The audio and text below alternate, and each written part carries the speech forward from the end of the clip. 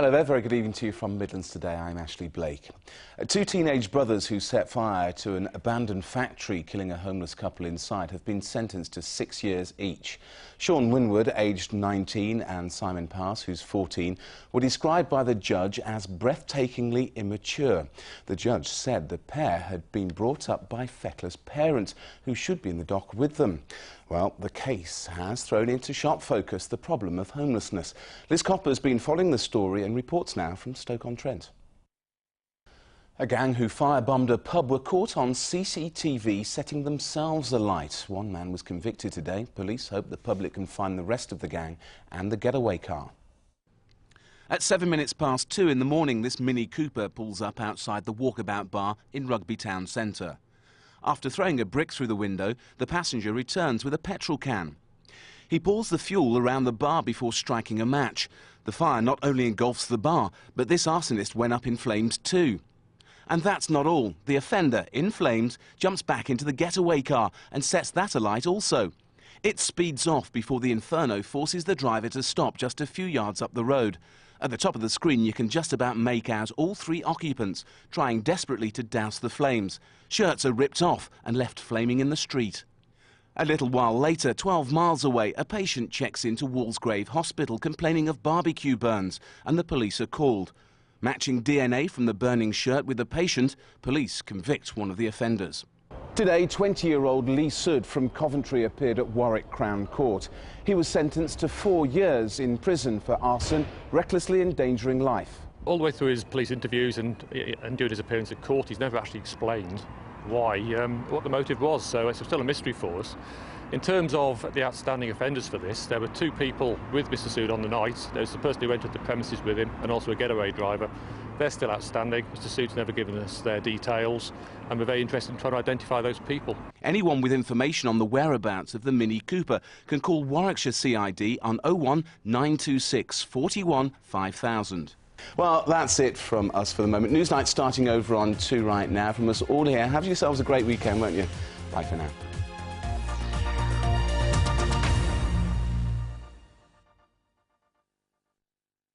Joseph Nabuko was shot dead after chasing 3 masked raiders who escaped with nearly £8,000 cash from the Nationwide Building Society in New Street, Birmingham on February the 9th, 2004. During the trial, the jury viewed CCTV footage showing 3 offenders returning to a Volkswagen Golf following the robbery, but only 2 of them getting into the car.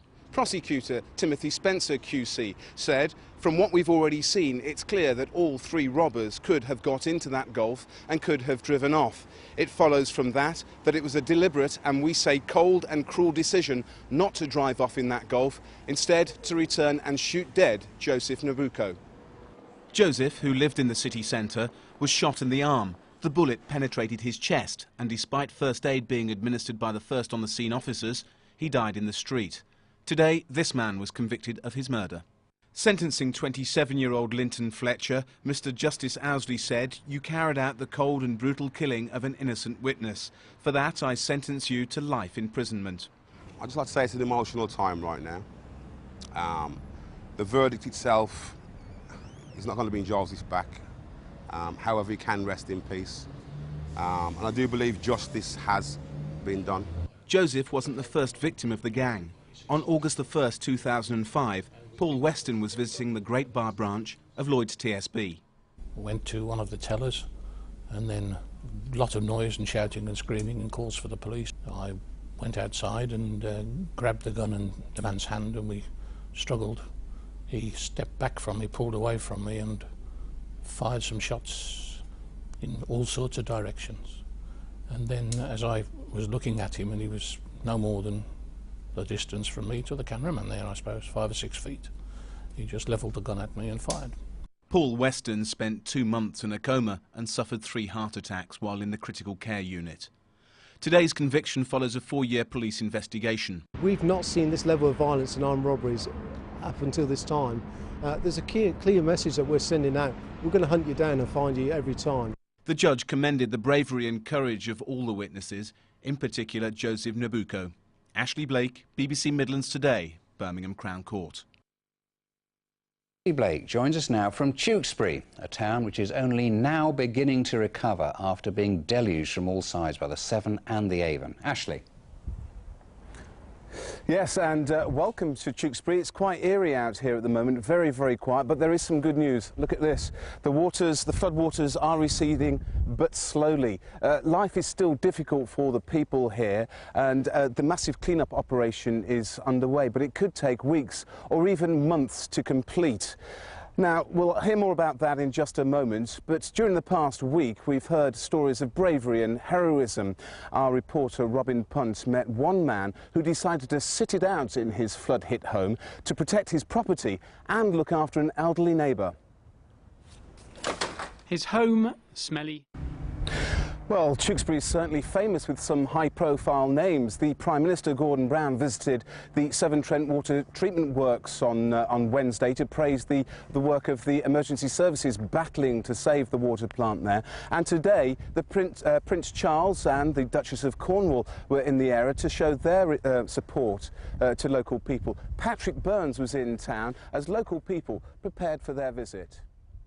Tewkesbury is an island no longer. Well, Gloucestershire and Tewkesbury in particular seem to have borne the brunt of the floods.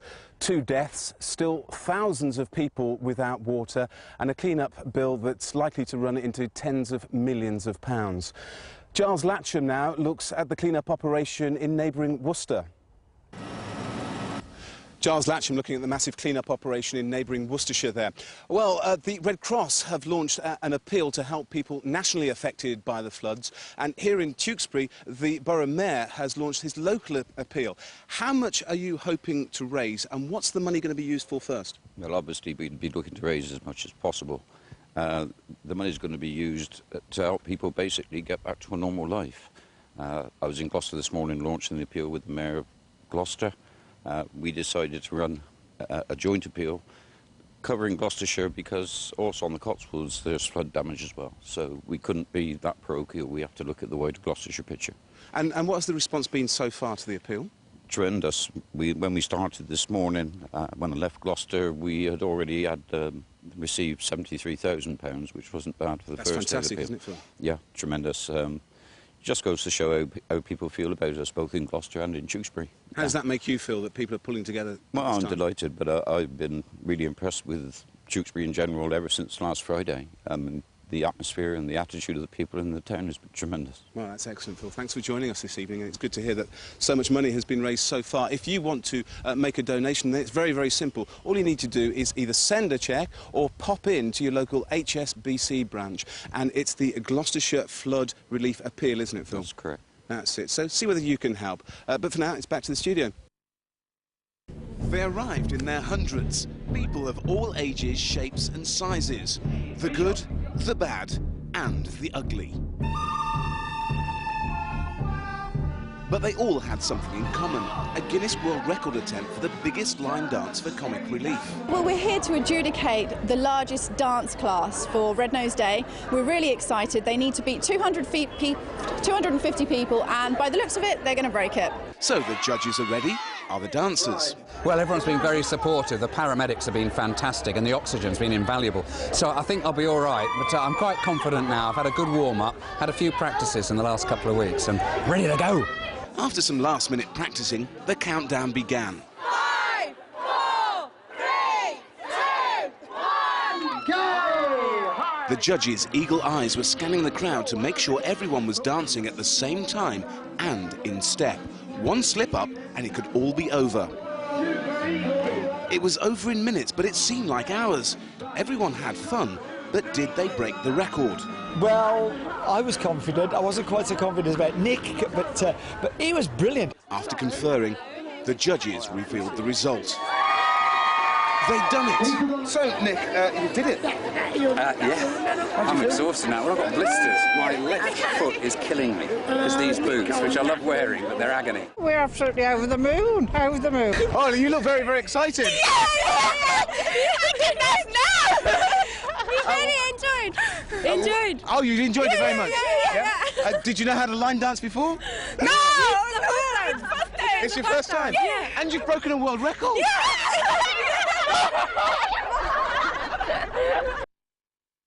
Ask the government and it'll tell you there's not a recession. Talk to the people on the street, however, and they'll tell you it definitely feels like one. Things certainly look and feel grim, and it's hardly surprising when every day you hear the dreaded words credit crunch. But are we all really that bad off? The slowing house market is causing concern for this builder. He's been in the trade for over 50 years. We're going into the recession and we're going deeper, Dale. Where people would put out work normally, they're holding back at the moment. Let's leave it till September, let's leave it till October, see what budget we've got left for the end of the year. With the rise in food prices, you'd think the traditional market would be bustling with people buying cheaper fruit, veg, meat and household items, but it's not. I remember as a lad when you used to walk into the market, you'd be like this and you'd push your way through to try and get to the bargains. But as you can see now, I mean, the place is half empty, more than half empty. The fuel's gone up, the gas has gone up, the electric. So, you know, where we used to have people come in the old days and they'd look for bargains, people are still looking for bargains, but they're frightened to spend the money now. So the question is, Bill, are we in a recession? Definitely, yes, we are in a recession. The rise in fuel prices hasn't affected the rise in the sale of luxury cars. Quite the opposite, according to this dealership. Do you believe it? Are we in a recession? No, we aren't. We're busy. Currently, year to date, we're ahead of previous year, 2007. The guys are busy, we're shorter cars, and we are very active. Sure enough, there's a squeeze on credit as banks tap your details into a computer, only for it to say no.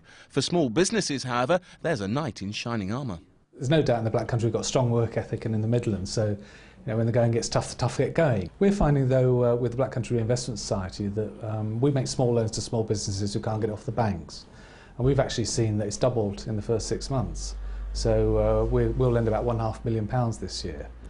So our house isn't worth as much as we've come to expect. Many of us have to think twice about the size of car we ought to drive, and maybe we're not visiting the shops as many times as we used to. But go ahead, treat yourself, if you want to keep us out of recession.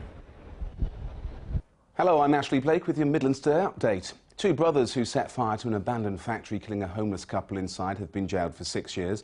Sean Winwood, aged 19, and Simon Pass, 14, were described by the judge as breathtakingly immature. Aston Villa have signed Emil Heskey in a £3.5 million deal with Wigan. His Villa debut could be on Tuesday. Tomorrow's weather: icy patches and frost during the morning, cloudy in the west with wintry showers moving east, then dry and sunny. Top temperature just 6 Celsius. Turn away now if you're not very good with creepy crawlies. It's big, it's black, and it hasn't been seen in these parts for quite a while. The mind boggles, doesn't it? In fact, it's so long since the Capricorn beetle was seen in Britain, it had been declared extinct. That is, until one was found walking along a pavement. Over to you, Joan. Yes, Suzanne, look, this is him. Hello, welcome to Centenary Square here in the city centre of Birmingham, where just under an hour ago a world record attempt was made for line dancing, and a handful of them have stayed behind for us now. OK, just remind us what the line dance was and looked like. Go on, off we go. It's the Comic Relief Red Nose Line Dance, and while you're doing that, we're going to have a chat with a few people just over here. Excuse me, madam, you were in the record attempt. I did, What yes. age are you? I'm 82 in August. Oh, that's fantastic. What's your name? Marjorie Hands. And how did you get on, Marjorie? Brilliant, I was on the stage. You were on the stage? Yeah. Did you get all the steps right? Of course I did. Fantastic, but you seem like a pro to me. 5 years. OK, you seem like a pro to me. A professional, that means. Anyway, let's see how they're getting on with the line dance. How are we doing? Come on, give us an idea. Of course, our very own Nick Owen gave it a go earlier, and in Midlands Today at 6:30, you'll see whether the record attempt was broken. But there they go, even the little ones there. We had all sorts of ages here. All sorts of ages. That's little Charlotte there. She's only 4 years of age. And Shefali's here with the weather. The sun shone on us this morning, Shefali. It did. It was great for line dancing. It's gone a bit cloudy now. It is. What's Did it going to be like you for go you? at line dancing, by the way? Oh, you'll have to wait and see. Okay. Here's Shefali with the weather. But I say they're a great crowd of people, real game for a laugh. But you know, it's usually at this